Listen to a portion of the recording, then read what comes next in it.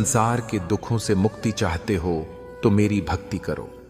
जो मेरी भक्ति नहीं करता उसे न तो इस जन्म में न ही परलोक में शांति मिलती है।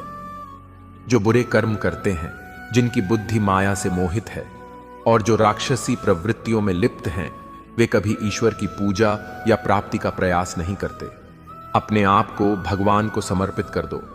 जो इस सत्य को समझ लेता है वह भय, चिंता और दुखों से मुक्त हो जाता है। भगवान पर विश्वास उस बच्चे की तरह करो जिसे हवा में उछाला जाए तो वह हंसता है, डरता नहीं, क्योंकि वह जानता है कि उसे गिरने नहीं दिया जाएगा।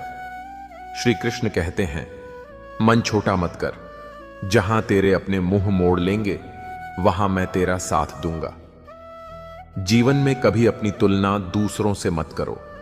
तुम जैसे हो वैसे ही अनमोल हो। प्रेरणा का सबसे बड़ा स्रोत तुम्हारा अपना मन है।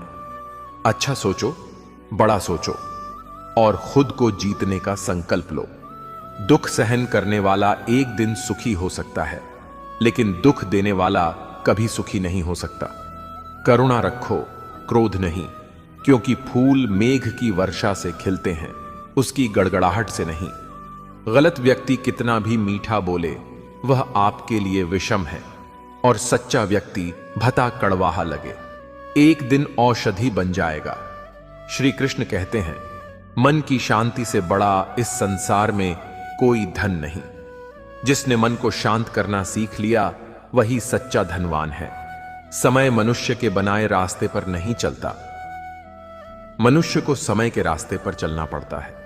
यही नियति है। जीवन तब कठिन लगता है जब हम परिस्थितियों को बदलने की बजाय स्वयं में बदलाव लाने का प्रयास नहीं करते। सत्य कभी नहीं कहता मैं सत्य हूं, लेकिन झूठ हमेशा दावा करता है कि वही सत्य है। श्री कृष्ण कहते हैं कि जैसे प्रकाश अंधेरे में चमकता है वैसे ही सत्य भी चमकता है। इसलिए हमेशा सत्य के मार्ग पर चलो।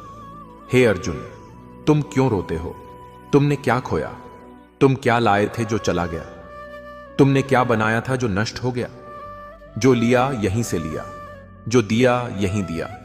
जो आज तुम्हारा है कल किसी और का होगा, क्योंकि परिवर्तन इस संसार का नियम है।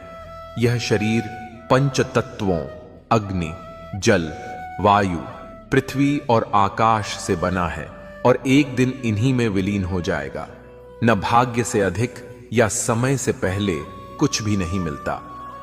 वाणी पर संयम रखना जरूरी है, क्योंकि वाणी से दिए गए घाव कभी नहीं भरते। श्री कृष्ण